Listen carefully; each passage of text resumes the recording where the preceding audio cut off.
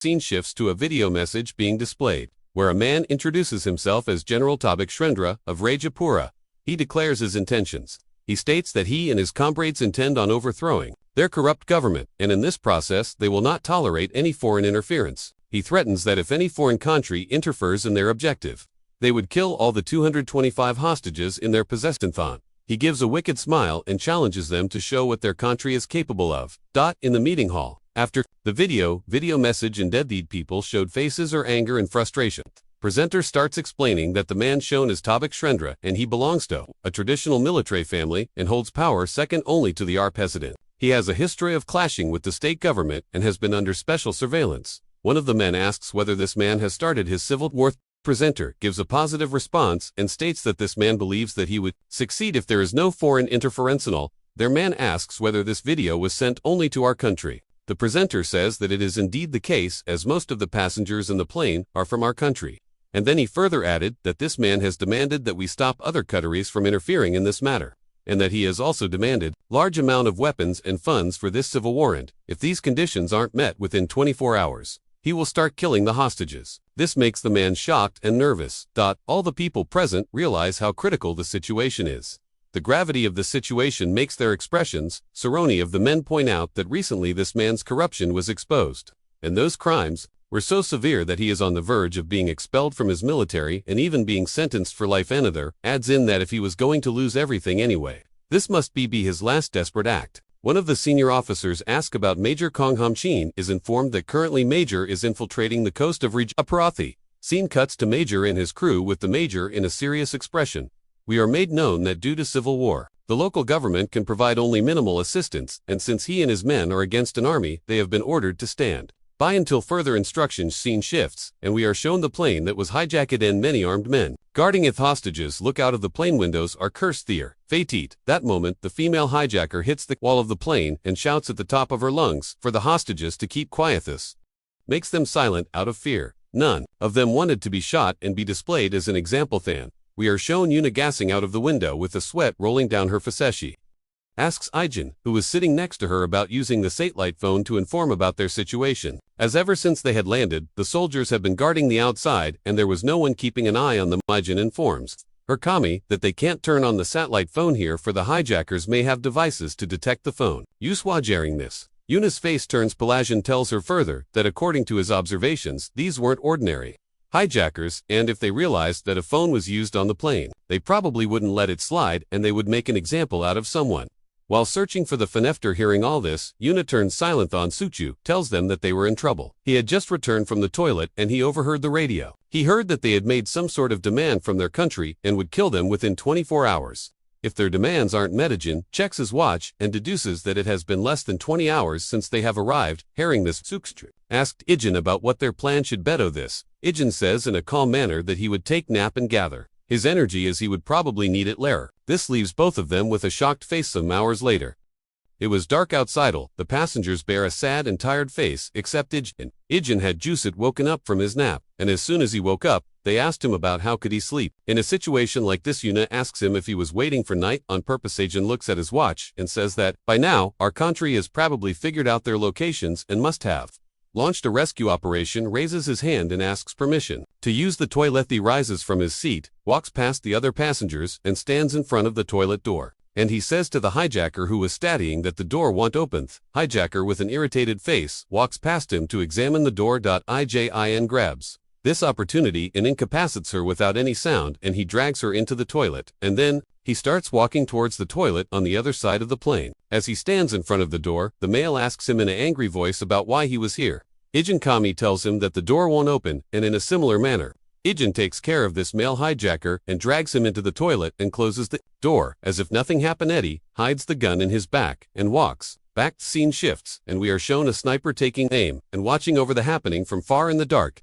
As the chapter begins, we see the airplane in which our protagonist is held. Then, we observe some soldiers entering the plane via the stairs. As they step inside, Ijin glances at them secretly. When one of the soldiers gets close enough, Ijin swiftly knocks him down. The soldier falls to the ground behind him, alert, and takes aim. Ijin declares that he knows someone is there, and commands him to come out of hiding. Ijin recognizes the voice. It's that of the number 018. He steps out of cover with a shocked expression and confirms whether it truly is 18.018, informs him that, including himself, 001 and 4 other members have come to his rescue as soon as they heard about the hijacking. Ijin asks 018 about the current situation. He learns that, except 4016, the other 2 have entered the plane from this side. Just like him, the scene cuts to the sniper we saw at the end of the previous chapter. We finally see his face. You now realize he is also one of the numbered operatives. He receives a transmission on his radio, indicating he is actively engaged in the operation. The scene shifts to the major and his men.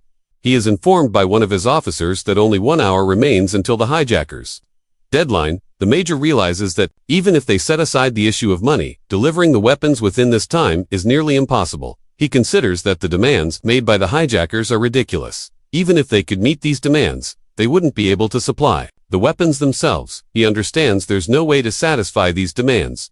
According to several sources, the leader of the hostages, General is so cornered that people say he's lost his mind. He might start killing hostages as an example when the promised time runs out. Panic sets in as the major contemplates how to save the hostages.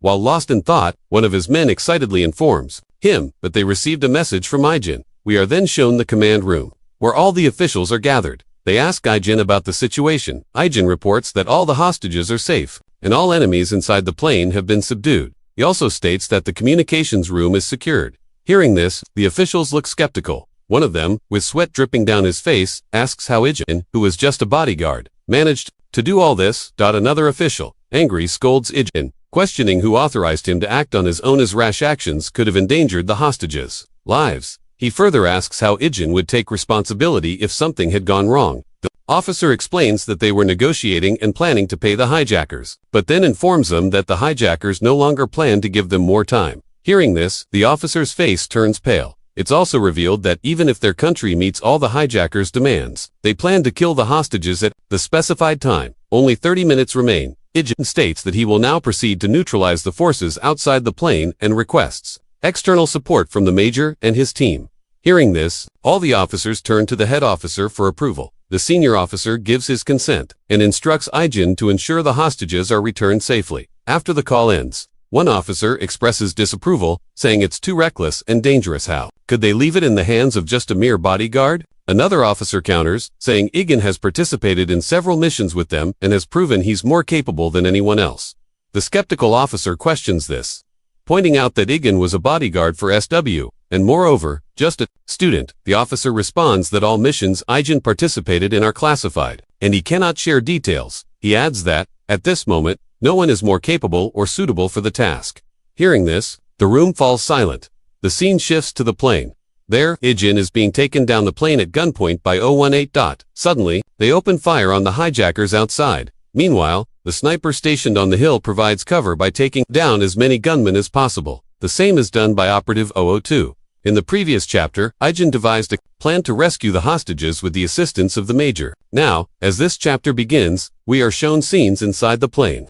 The passengers are in a state of panic after hearing the sounds of gunshots. Seeing all this, Diakyu shouts at them and tells them not to look outside or lift the window covers, as they are fighting for their sake outside. After hearing this, all of the passengers come to their senses and realize the gravity of the situation they are in. Siakyu then takes a deep breath and takes guard at the plane's entrance with a gun.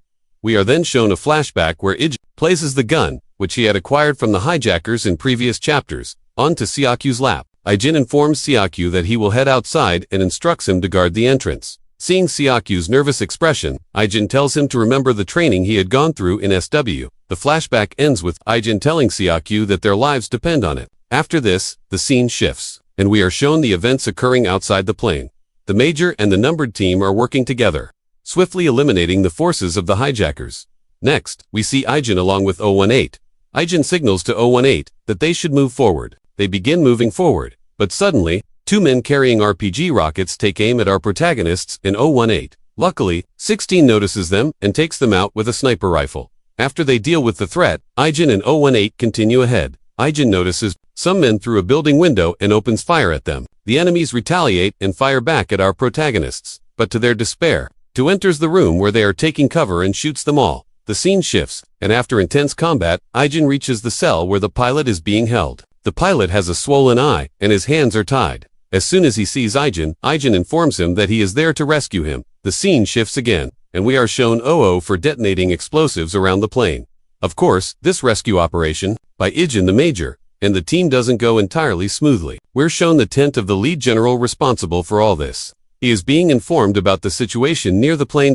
He ponders for a moment before ordering his soldiers to blow up the plane, along with the passengers. His soldier tries to deliver this order via his device, but is unable to contact them. As soon as the general hears this, he displays a look of disbelief. We are then taken back to Ijin and the plane. The major and his men are walking cautiously among the remains of the fallen hijackers. At that moment, they see the numbered team and mistake them for hijackers. They are about to open fire on them, but at that instant, our protagonist makes a cool entrance, his face showing no sign of fatigue at all. He shouts at the top of his lungs, telling them not to open fire.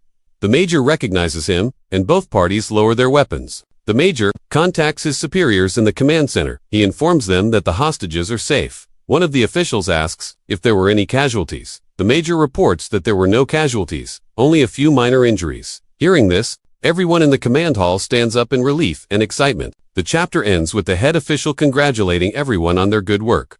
In the previous one, Ijin had informed the officials that the plane was secured, and all the passengers were safe. Now, at the start of this chapter, we see Ijin walking calmly toward a group of numbered operatives, their surroundings engulfed in flames, the smoke billowing around them. He approaches them and offers a quiet thanks. 016 responds coolly, "There's no need to thank me." As they communicate over radio during the mission, old memories flood back those intense, adrenaline-filled moments. A faint smile touches Ijin's face, reminiscing about the past. The other three numbered operatives share similar feelings even if they don't voice them aloud. After a moment, they declare that their job here is done, and they're pulling out. Ijin stands silently, watching their backs as they leave. Suddenly, the major steps forward, approaching Ijin with a curious look. "Are these your old teammates?" he asks. Ijin nods quietly. The major then inquires about how Ijin came to know about the plane hijacking. "When you contacted SW via satellite phone, you asked for help, right?" Ijin confirms, and the major acknowledges. "Infiltrating enemy territory so quickly, that's faster than I could have managed. Your former comrades must really care about you." The scene shifts to the airport. The team has safely returned. We see Jia and Yuna, the president of SW, waiting to welcome her. As soon as Yuna spots her grandpa, her eyes fill with emotion. Without hesitation, she runs into his arms, clutching him tightly. The scene reveals how deeply this incident has scarred her and Sukyu, their expressions filled with relief and lingering pain. Scene shifts to Ijin's home. He rings the doorbell, then enters. Inside, he sees his grandpa and sister, both of them in tears, looking exhausted, as if they haven't slept for nights. His grandfather quickly steps forward and pulls him into a warm hug. Daeon stands silently beside, tears of joy streaming down her face. Ijin feels awkward, unsure how to react or reciprocate these feelings. Finally, his grandfather whispers, "I'm glad you're safe." And Ijin offers a rare soft smile. "I'm sorry for making you worry," he replies quietly. The scene shifts again. Ijin receives a call from the major, who updates him on what happened afterward. The ringleader, General Tobik, resisted to the end but was eventually killed. Rajapura has officially apologized to our country and the victims. The major then thanks Ijin, saying, "If you hadn't dealt with the enemies from the inside, both the hostages and our troops could have suffered massive losses. They weren't just kidnappers, they were regular army soldiers." Ijin humbly responds, "I didn't do it alone." The major nods, acknowledging, "We tried to reward your comrades, but they turned it down." Ijin doesn't say anything, contemplating silently. Scene shifts. The hideout of the numbered operatives, they're cleaning weapons. 005, arms crossed, remarks, "If we'd been closer, we'd have joined in too." They discuss the mission. 016 notes, "If those enemy soldiers hadn't attacked from outside and scattered the forces, it would have been much harder." 4. Cleaning his weapon, mentions, "Considering the hundreds of hostages and how tough this mission was, we could have earned a huge reward." 8 serves tea and responds with a grin, who would accept pay when helping a comrade. For looks, annoyed, but 016 and 018 just smile quietly, watching the exchange. The camera then focuses on 002, standing before several monitors, a deep look of thought etched on his face. Scene shifts. An abandoned building. 002 enters to meet someone. It's 003, who greets him with a smile. "Thanks for coming," she says warmly. 002 cuts straight to the point. "Why did you ask me to meet you?" 3, with a cunning smirk, responds, "Because you'd have missed me." 002 isn't in the mood for jokes. Cut the act. "Tell me why you really called me here." 3 sighs and finally reveals her true intent. "I have an offer for you. Join me, and your comrades too." 2 firmly states, "That's not happening." She presses on, accusing them of messing with the mercenary union recently. Why are you fighting such a big organization? We don't even know if it's the numbered or someone else. But soon, we will. She mentions clashes with the Iron and Forest organizations, questioning why they'd fight so many enemies if they're already against so much. Join me, she pleads. With so few of you, the numbered can't handle this alone. She appeals. Think logically. Did you leave the camp just to die a pointless death? Asterisk, asterisk, her voice softens, emotional. I want us to be together again. Do you know how much I missed you?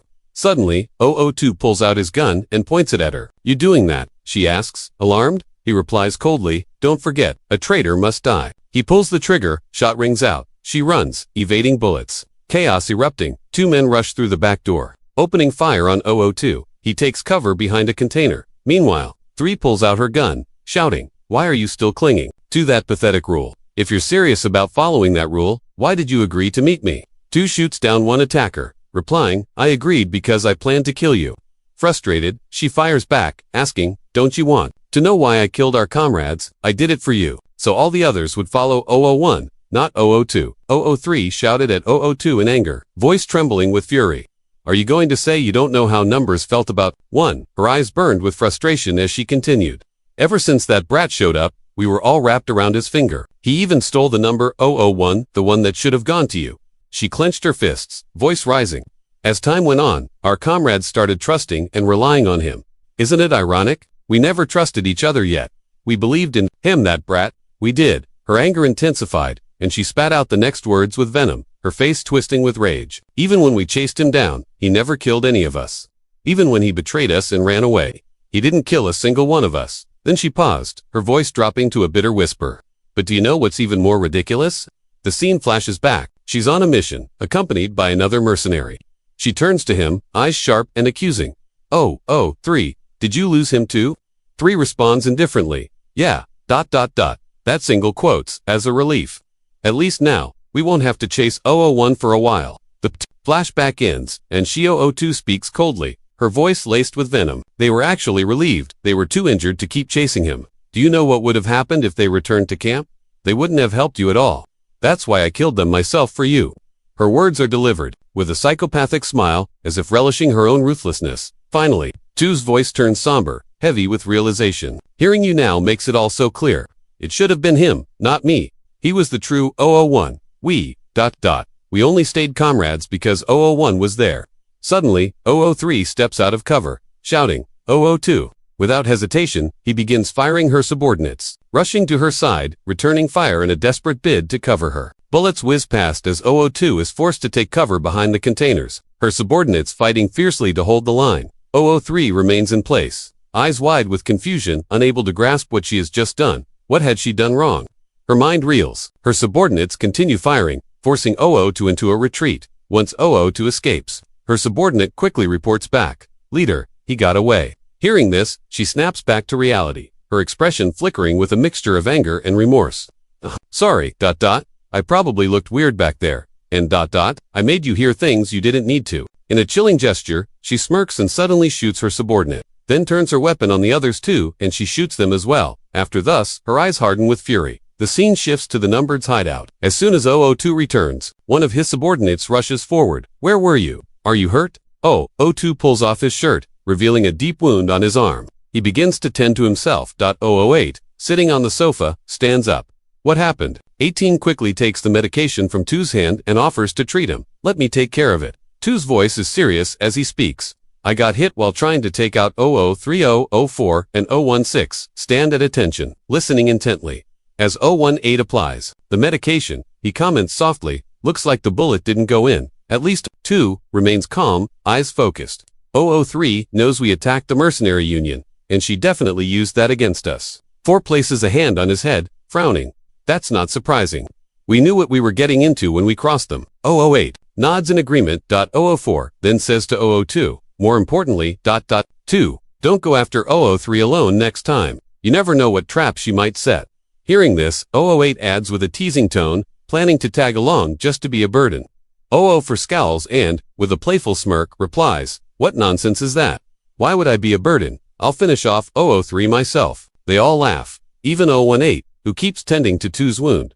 Meanwhile, 2 remains silent, sitting with a straight face, lost in thought. It was because of 001 that we were even able to be comrades. He thinks quietly. The scene shifts again. A man reports to his superior. The superior asks, "You found out who attacked us?" The subordinate straightens and responds with focus. "Yes, it's the group we tried to recruit not long ago, the one called Numbers." Hearing the name, the superior's face twists with pure hatred. The chapter begins at Aijin's home. The scene opens with Aijin sitting at a modest dining table. The atmosphere is warm and inviting. A sense of homeliness fills the room. Aijin is seated comfortably on a chair, and he says, "Thank you for the meal." After he settles in and begins eating, his grandfather calls out his name. The camera shifts to a close-up of Aijin, who responds casually, "Yes." Then his grandfather speaks.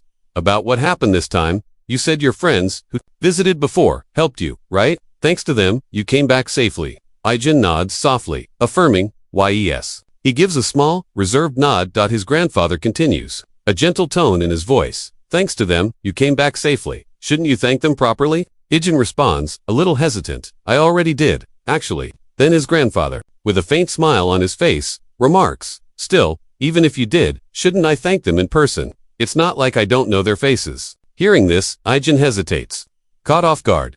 The scene then shifts to the numbered hideout. As usual, the members are each absorbed in their own tasks.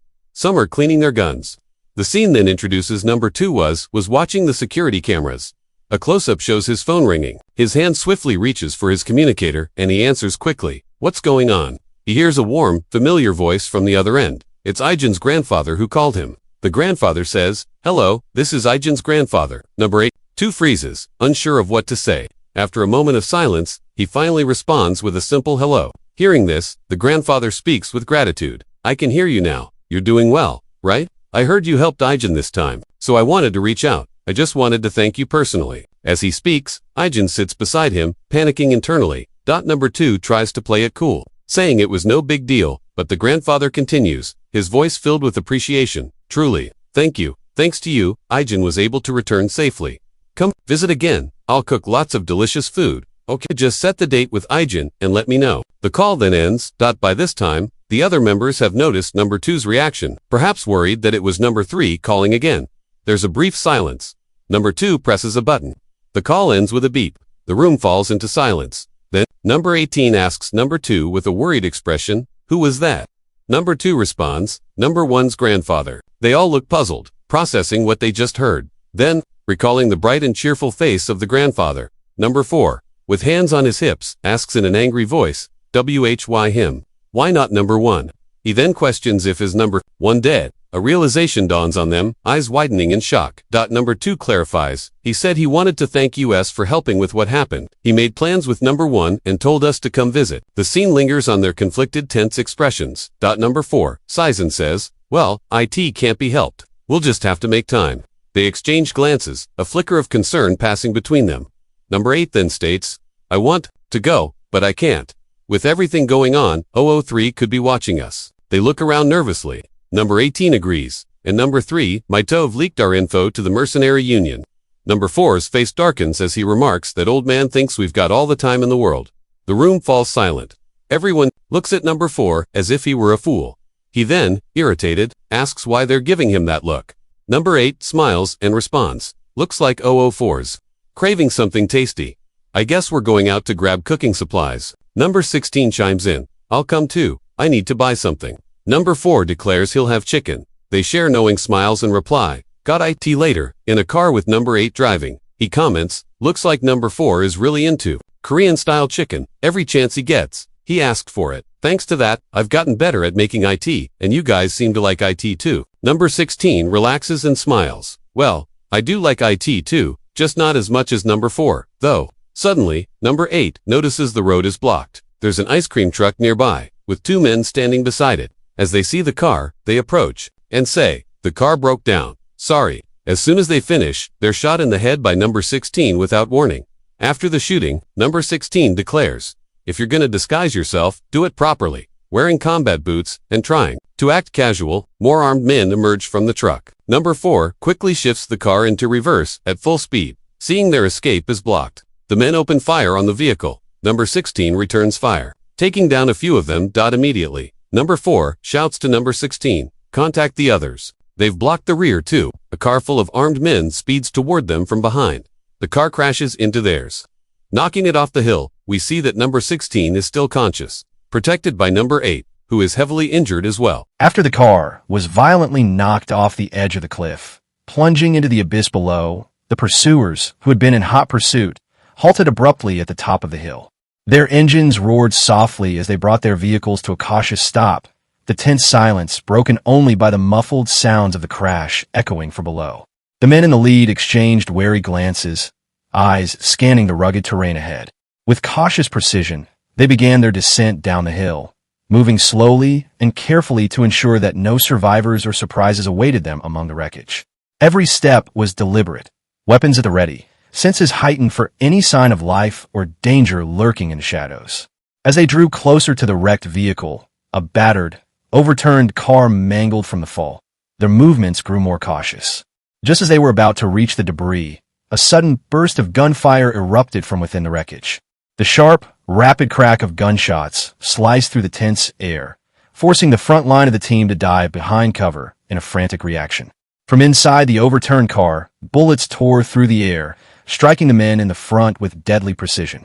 The force of the shots forced those at the back to halt their advance immediately, seeking shelter behind rocks and the twisted metal of the wreckage. The gunfire was relentless, a deadly barrage echoing off the hillside as the assailant inside fought desperately to defend themselves. The camera zooms in sharply into the wrecked vehicle, focusing on the interior chaos. Inside, it is revealed that it was number 16 who was firing back, blood streaming down his face and staining his clothes. Despite his injuries, his eyes blaze with fierce determination. He is heavily wounded. Amidst the chaos, he calls out urgently, voice trembling but resolute. Number 8. Respond. Stay with me. Calm down. But there's no reply. The interior is eerily silent except for the crackling radio static and the distant echoes of gunfire. It becomes painfully clear that number 8 remains unconscious, slumped over the dashboard, his face battered and bloodied, a picture of battered resilience. His entire visage is marred with cuts, bruises, and blood, a testament to the brutal crash that had protected him momentarily. Number 16, despite his exhaustion and the searing pain, remains calm. He takes a steadying breath, voice slightly strained but composed. This is just bad luck. He grimaces as he continues to fire, unleashing a barrage of shots at the enemies outside, trying to keep them at bay. His initial advantage, born from surprise and desperation, allowed him to pick off the attackers one by one as they were caught off guard by his aggressive, unpredictable firing. But that advantage was fleeting. Soon, the enemies behind the cover retaliated, and a fierce exchange of gunfire erupted. Bullets ricocheted wildly, tearing into the overturned vehicle and kicking up dirt and debris. The relentless hail of fire forced number 16 to cease his assault and scramble for cover once again, pressing himself against the battered metal of the vehicle. Suddenly, amidst the chaos, the gunfire abruptly ceased. The barrage that had rained down on the wrecked car stopped as suddenly as it began.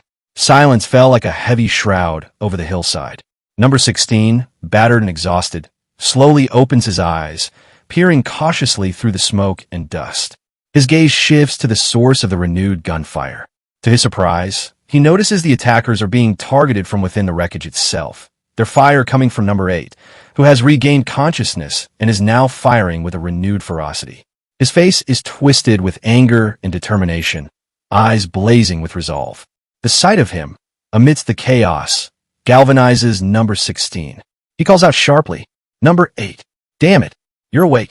Number 8, without hesitation, responds with a strained but resolute voice. "Sorry, fell asleep. Didn't mean to let you down." Number 16, trying to mask his relief and fatigue, fires back as he begins to return fire. "Well, wake up. Because I'm so exhausted, I just want to sleep too. But right now, we need to get out of here fast." He pauses briefly, then adds with a grim tone, "For now, let's just get out alive." The scene shifts seamlessly to a secure location, a safe house, where heavily armed men are gathered, their faces tense and alert. Inside, two men sit across from each other on a run-down sofa, the air thick with anticipation. One of them, a rugged man wearing a black vest, leans forward, eyes sharp and calculating. He breaks the silence. "We're lucky. Can you believe those number people showed up exactly when we needed them?" If our troops could storm their hideout too, we wouldn't even have to lift a finger. Just sit back and watch everything fall into place. The second man, with a serious and hardened expression, responds cautiously. But we can't let our guard down. Jake and Graydon got taken out by them. We know how dangerous these guys are now. The black vest man chuckles grimly. Those two were just punks, always sticking together, shooting at anything that moved. They were only good for odd jobs. Now, we're stuck handling the real heavy lifting. It's annoying, but that's the way it is. Suddenly, a soldier enters briskly, carrying a report. He speaks urgently. Alpha Team is chasing two individuals. Seems to be the numbers. The two men turn their attention sharply to him. The second man inquires sharply. You sent 20 of our guys after two people, and they still haven't caught them? The soldier nods grimly. Yes. And as of now, 7 members of Alpha Team are confirmed dead. A tense silence falls over the room. The second man's face darkens, his expression turning fierce with rage. He leans forward, voice edged with fury. Are you serious?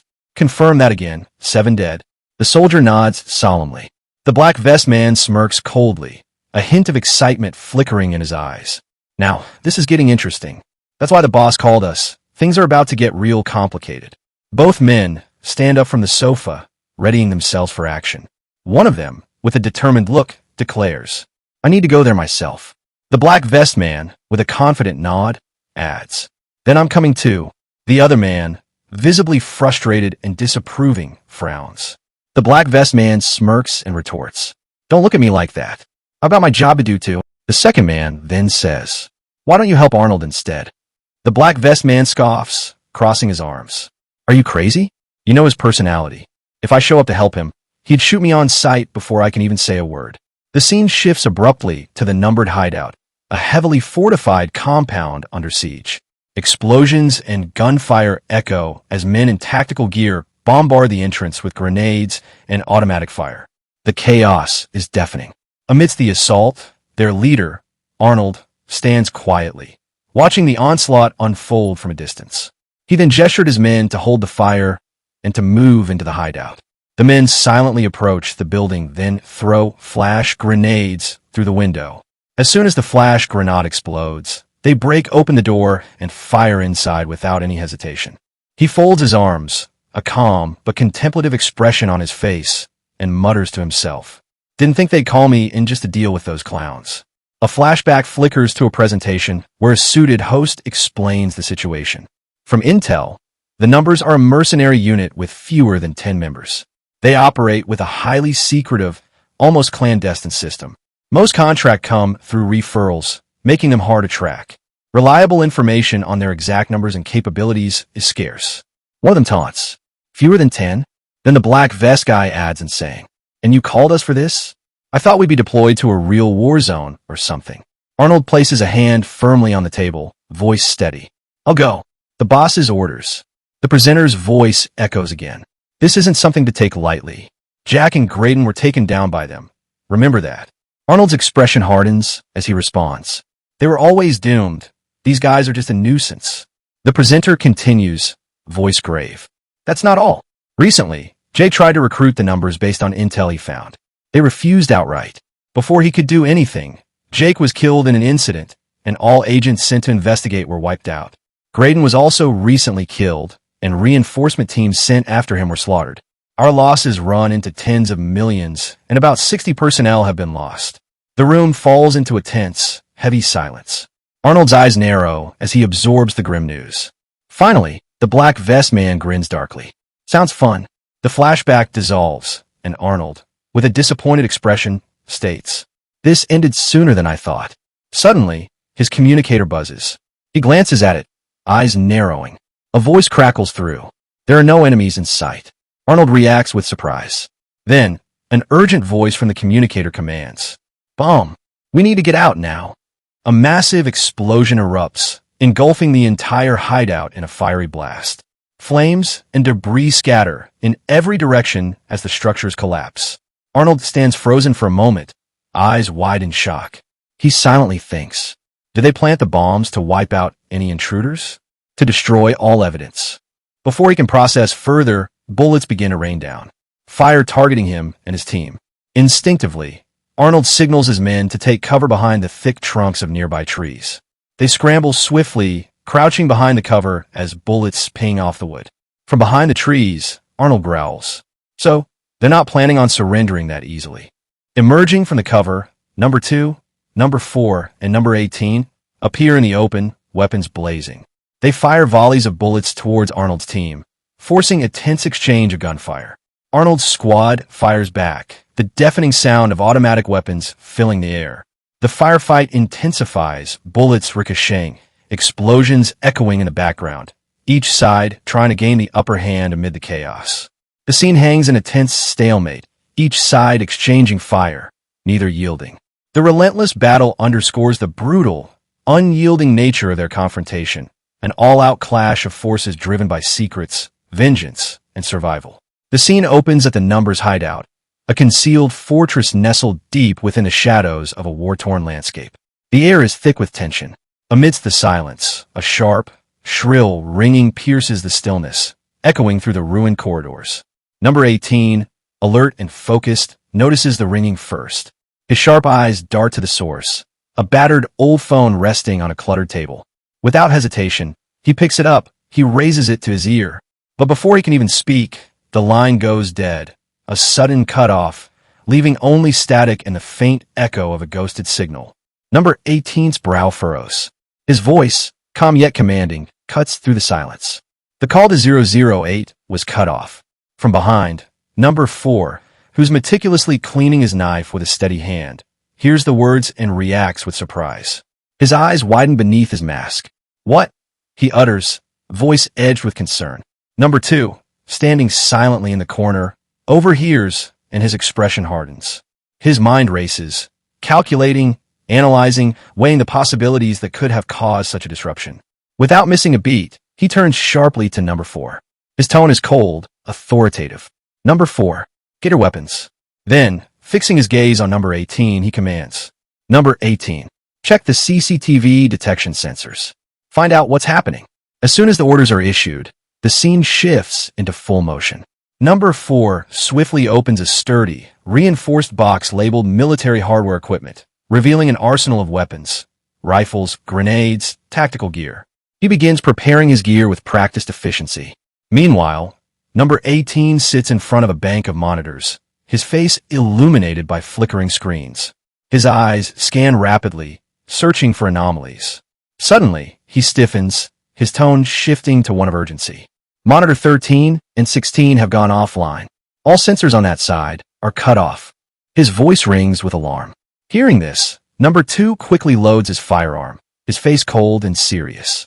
"Get your weapons and activate the installed bombs," he orders, voice devoid of hesitation.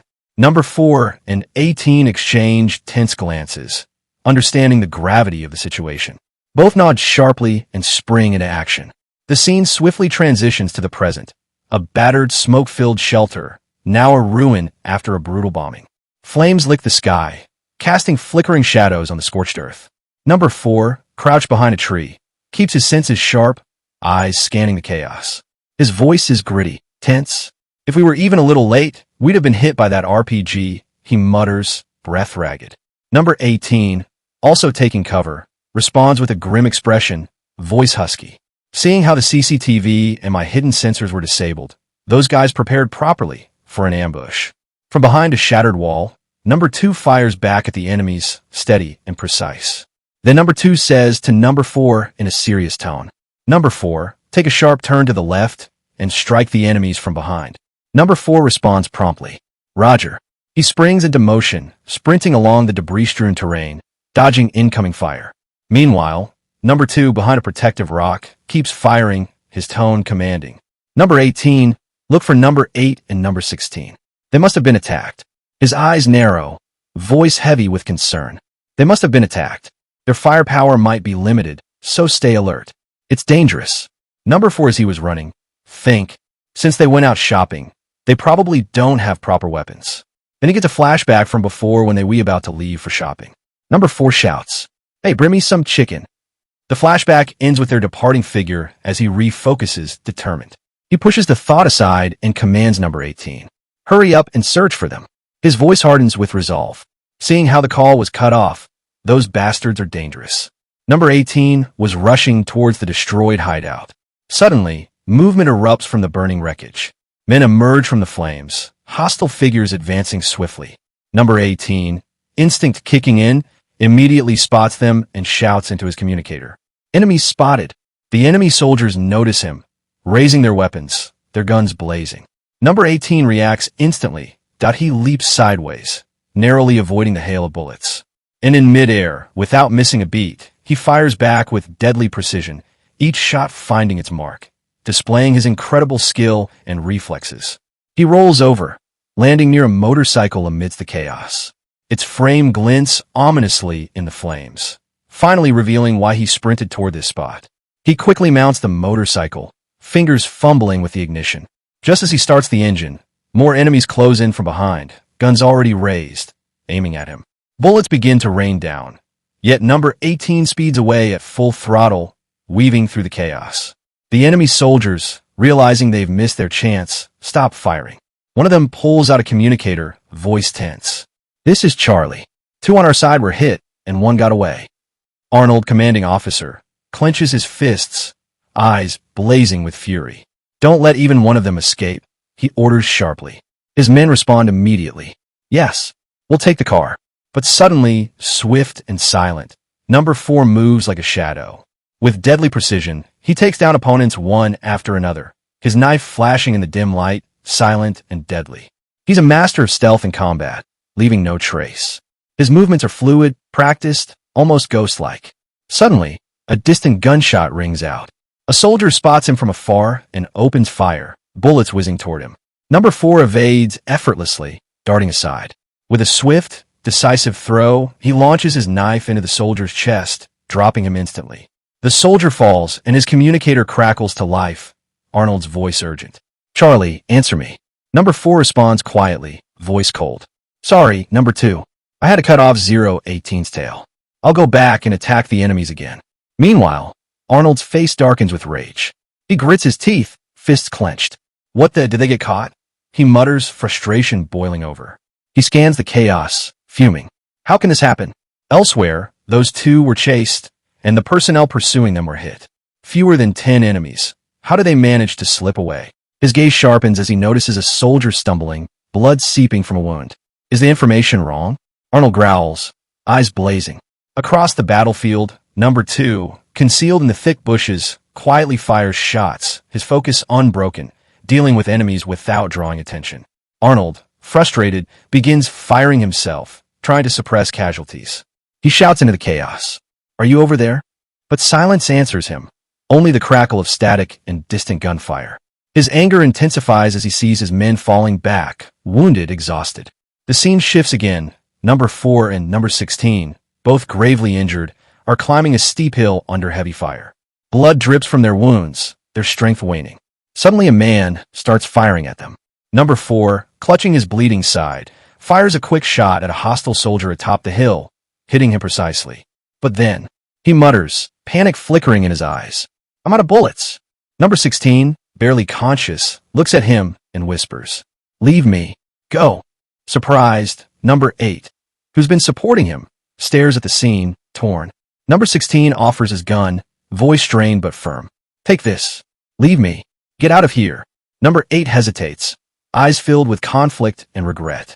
He remains silent, gripping his weapon tightly, unsure whether to abandon his comrade or stay and fight. The abandoned battleground was shrouded in shadows, the air thick with tension and the distant echo of gunfire. Number 16 stared at number 8 with wide, surprised eyes, his voice trembling as he asked, "What are you talking about?" Number 8, battered and bleeding, winced as he spoke in a low, strained voice. "You know it too. I can't go any further with this wound." Number 16's gaze flicked down to number 8's injured leg, a grim silence settling between them. The pain was evident, but there was something more, an unspoken understanding. Then, with a heavy breath, number 8 offered his gun, extending it toward number 16. "If you keep dragging me around," he rasped, "you'll die too. Just leave me behind." In a sudden surge of anger, number 16 grabbed number 8 by the collar, shaking him fiercely. "Shut up. he shouted, his voice strained. If you got time to spout crap like that, keep moving. Number 8's lips curled into a faint, knowing smile. He then coldly warned, Number 16, you're the one who should be running. If you don't, you'll miss your shot to escape. Number 16's jaw clenched, his resolve faltering for a moment. He tried to object, but Number 8 cut him off with unwavering finality. This gun's only got a few bullets left. And once that's gone, what can you do? You're useless at anything besides pulling the trigger. Those words echoed in Number 16's mind, dragging him back into a flashback, memories of his brutal training days in the numbered camp. He remembered a fierce hand-to-hand combat against Number 1, who had thrown him to the ground, pinning him beneath. That's enough, a commanding voice interrupted. It was Mad Dog, arms folded, watching the fight unfold. The crowd around them hushed in anticipation. Now you're even losing to that little brat, Mad Dog said sharply. I'm honestly surprised you're still alive with skills like that. A bystander chimed in, voice grim. He's as good as dead. Mad Dog's eyes flashed with anger as he snapped. You should be ashamed. Your close combat's absolute trash. You seriously got taken down by that kid? What are you even doing? What a pathetic excuse of a fighter. The memory of that scolding made Number 16 tremble, lowering his head in shame, his body shivering with fear. But then a calm, authoritative voice cut through the past. Number 1 stepped closer to him. You're a good shot. You're faster than anyone here, he said quietly, then turned and walked away, leaving Number 16 standing there, overwhelmed. The flashback faded. Number 16, now back in the present, silently accepts the gun from Number 8. His expression hardens with resolve. Just stay low here, he says softly, a command, not a plea. Number 8's eyes widen in surprise. He opens his mouth to argue, but Number 16 cuts him off sharply. Are you seriously telling me to ditch my teammate? Number 8's voice rises defensively. It's not ditching, but Number 16, unwavering, responds. I don't leave people behind. If we throw each other away, then what's the point of surviving all this? The silence between them is heavy, filled with unspoken understanding. Without another word, Number 8 nods, silently following Number 16's lead and hiding behind a nearby rock while Number 16 charges forward, intent on neutralizing the enemy. As he runs, Number 16 checks his gun, thoughts racing. 6 rounds left. I have to take them down with this.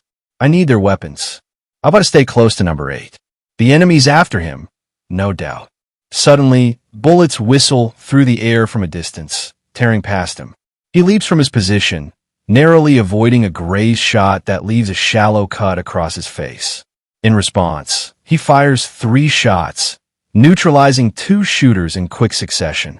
As they fall, he surges forward, aiming to seize their weapons. But more enemies emerge, unleashing a barrage of gunfire that forces him to take cover once more. He steadies his aim, returning fire with precision, taking down enemy after enemy. But his ammunition runs dry. Now, defenseless, he notices one soldier aiming directly at him, the gun barrel steady and unrelenting. Without hesitation, Number 16 sprints toward the soldier, intent on hand-to-hand combat to disarm him. But as he gets close, the soldier kicks him hard in the stomach, sending him sprawling backward.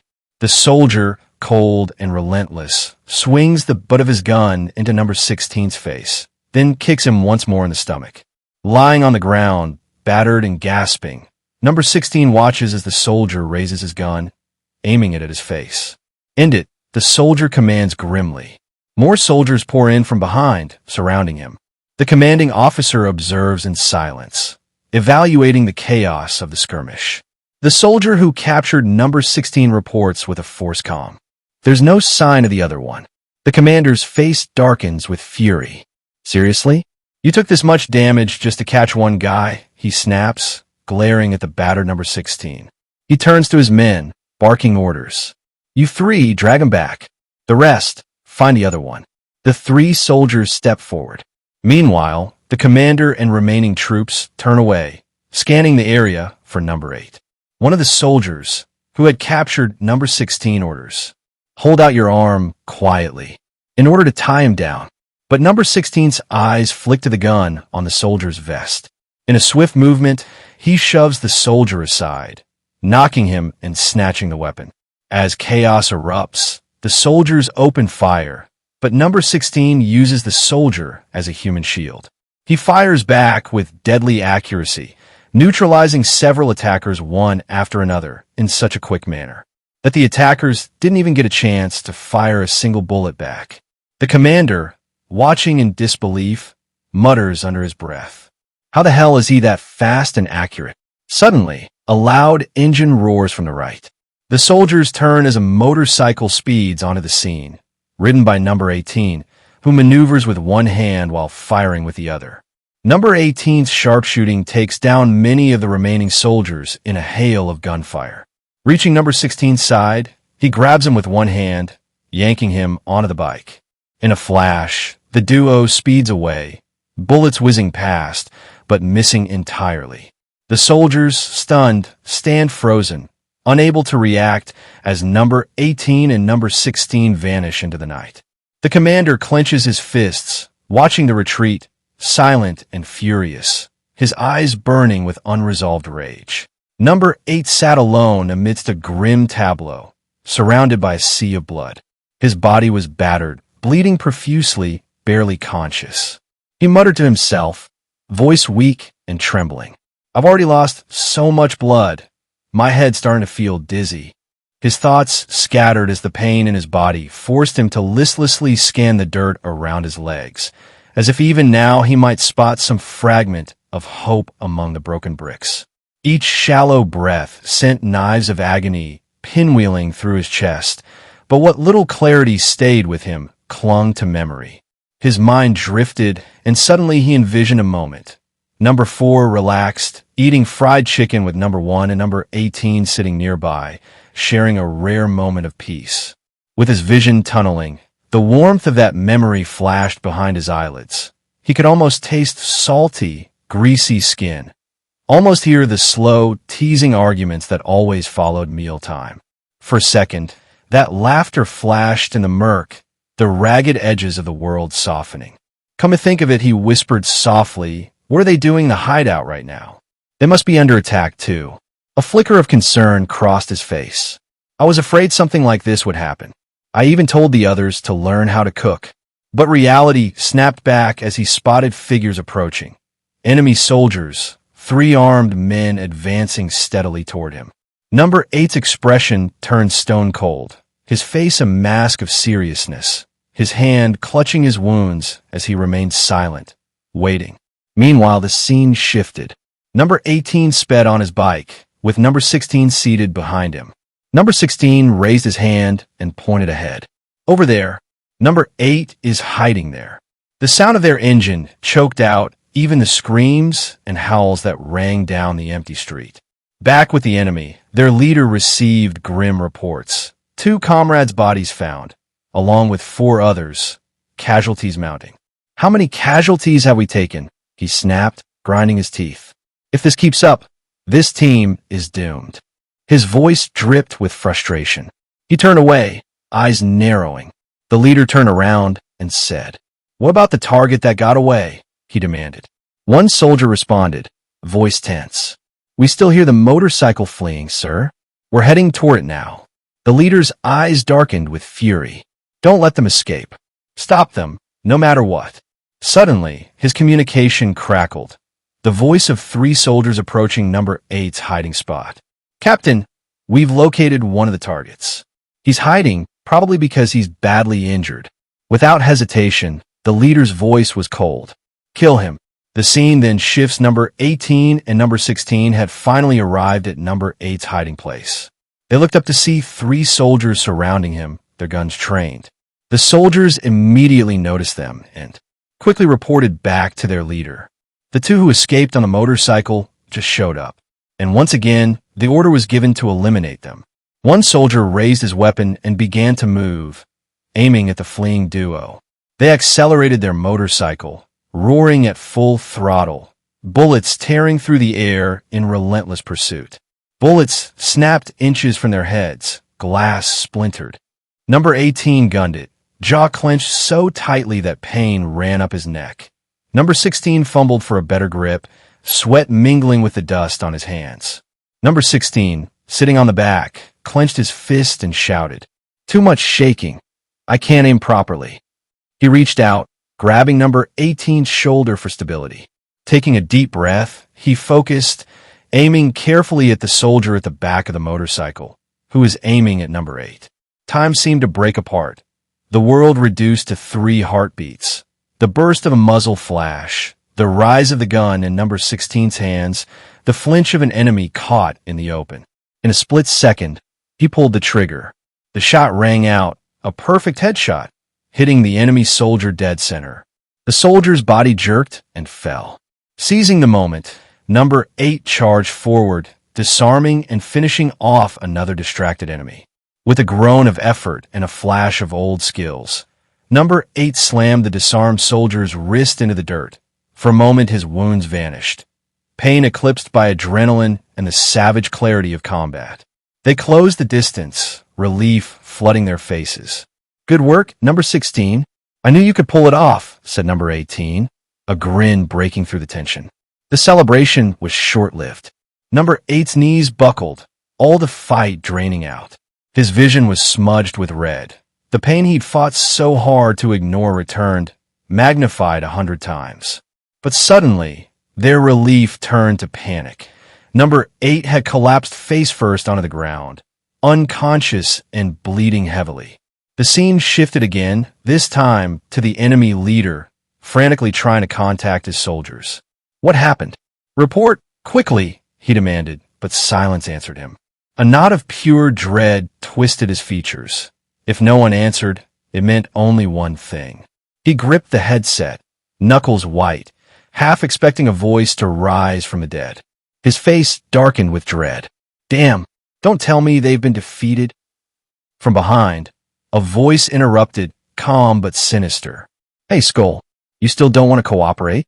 You must have realized it by now." The voice was smooth, insidious. "I've been secretly following you since you attacked that base. Let's admit it, those guys are monsters. If we keep fighting separately, our casualties will only grow.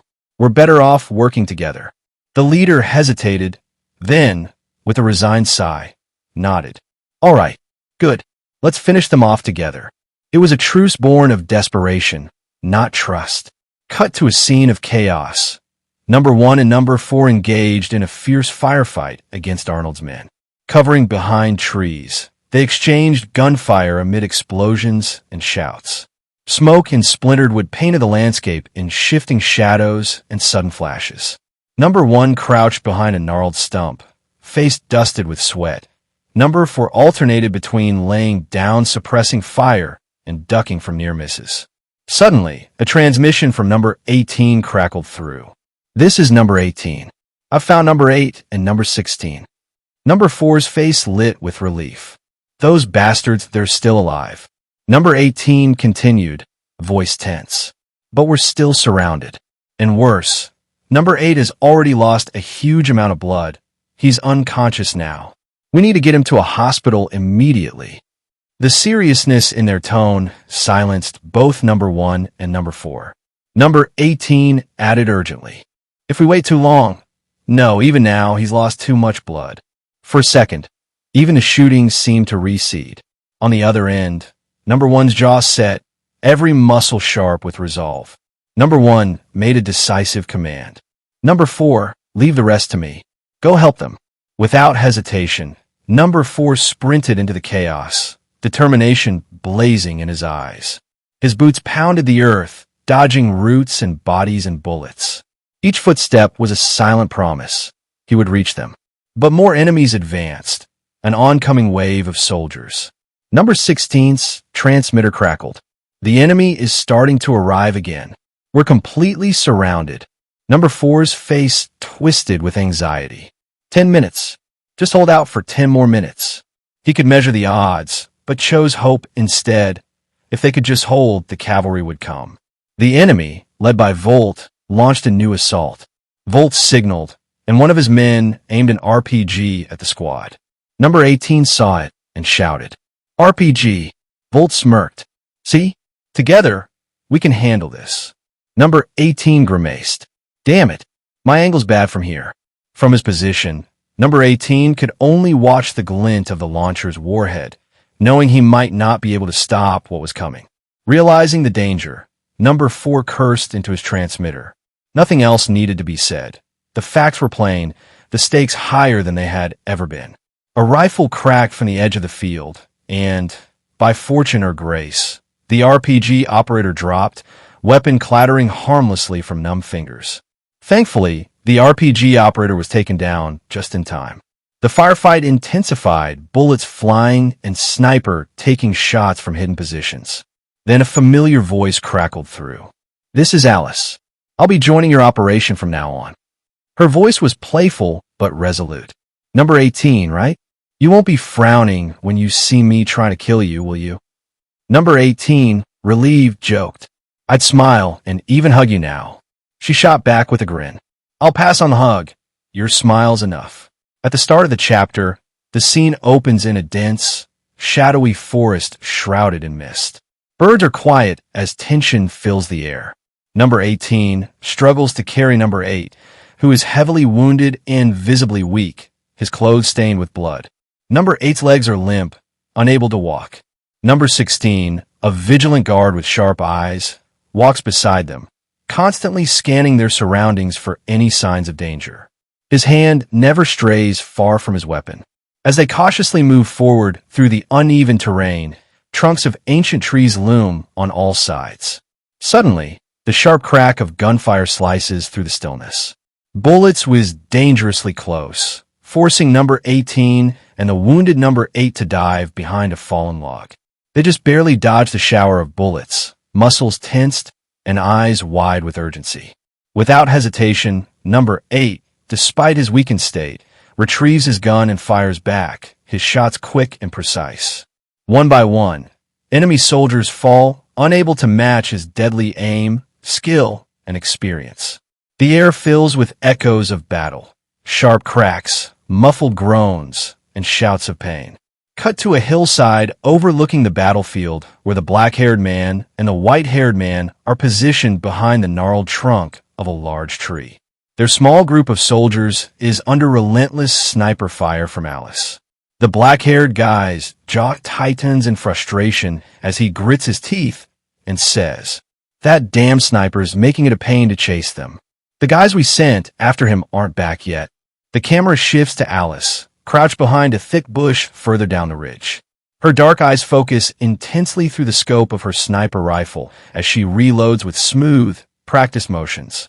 She then holsters her sniper and pulls a pistol from her hip, firing 2 quick shots. 2 enemy soldiers who had been sneaking up on her are cut down before they can reach her position, collapsing soundlessly.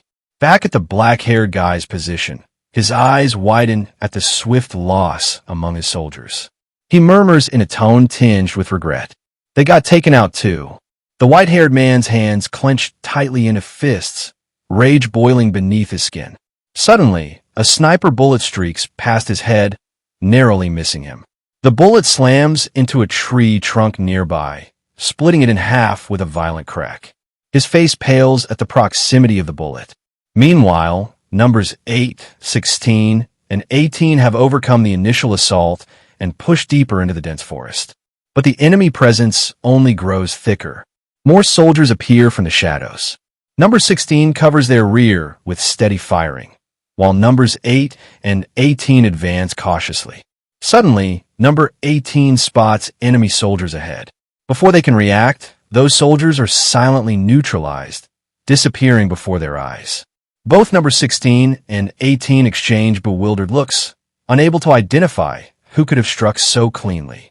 The camera quickly zooms in on number 4, running hard through the underbrush, his red face glistening with sweat and flushed from exertion. He pantingly says, "Damn, I thought I was going to drop dead." His sudden arrival lights up number 18 and 16's faces with relief. Number 4 approaches swiftly and asks about number 8. Number 16 replies, "No clue, but his breathing's weak as hell, and he's lost way too much blood." Number 4 glances at the wounded number 8, lowering his voice to a serious whisper. There's a car down the road. Get him there quickly. I'll cover the back. They all nod in agreement and split up. Number 4 sprinting forward into the thickening enemy swarm. Cut back to the black and white-haired men who are crouched behind a large oak tree. The white-haired man mutters grimly, "We're gonna lose them at this rate." The black-haired man snaps back in a displeased tone. "Like hell we are." Ignoring the danger, he bolts from cover, charging headlong toward the threat without concern for the sniper's location. The white-haired man calls out his name, urging him to stop, but he keeps running. Suddenly, another sniper bullet whistles by, missing him narrowly. He rolls behind another tree, heart pounding. Alice, perched on a rocky ledge with a poor vantage, grits her teeth in frustration. The terrain's crap for sniping. The black-haired man peers down the hill and sees his soldiers lying scattered, some motionless. In a burst of frustration and helplessness, he strikes the tree hard. After all this damage, we are just going to let them slip? Suddenly, a faint noise catches his attention. He peeks cautiously around the tree and sees one of his soldiers suddenly collapse, but without the typical sound of a gunshot. Confused, he asks aloud, "What the hell's going on?" At that moment, a knife spins through the air aimed at him. He leaps aside just in time, heart racing. Immediately, he dives behind the tree, aiming his gun at the approaching figure. Number 4, moving forward confidently, face flushed with rage. Number 4 points his knife sharply and snarls, "You bastards are dead today." The chilling threat hangs in the air as the black-haired man opens fire. But Number 4's agility lets him evade each bullet with swift rolls and dives to cover. The white-haired man joins the firefight, shouting furiously, "Who the hell are these guys? Weren't we told they were fewer than 10? And they're not even that well known?" Number 4 continues systematically eliminating more enemies. The white-haired man's frustration boils over as he surveys the fallen soldiers around him. He locks eyes on Number 4's face, and a cold fear washes over his features. Black-haired and white-haired men regroup. The white-haired man barks, "Skull, we're pulling out." The black-haired man's face twists red with anger. "The hell are you talking about? You want to run? Against less than 10 guys, and we're the Union elites." The white-haired man's tone goes serious, grave. "Don't you get it? We're not hunting. We are the ones getting hunted." Even the black-haired man falls silent, weighed down by the truth. The white-haired man scans his terrified remaining troops. They say nothing. Finally, the white-haired man declares, "Fine, if you don't like it, me and my squad are out." The black-haired man, reluctantly, commands, "Tell the team, fall back from the combat zone." The scene shifts to the numbered hideout, flames licking the walls, smoke billowing into the sky. The ground is littered with fallen soldiers and debris. The bald man, panicked and breathing heavily, exclaims, "Just what the hell are the numbers? How the hell is this happening?" Suddenly, he leaps from cover, firing wildly at advancing enemies. But his ammo clips run dry. As he reaches into his coat for another magazine, he freezes, turning slowly to find Number 2 approaching silently, gun raised with deadly intent, eyes cold and unmoving. The bald man resigns himself with a trembling voice. "And who are you?" And that was it for this chapter. Thanks for watching. Comment pineapple to let me know that you have watched till the end.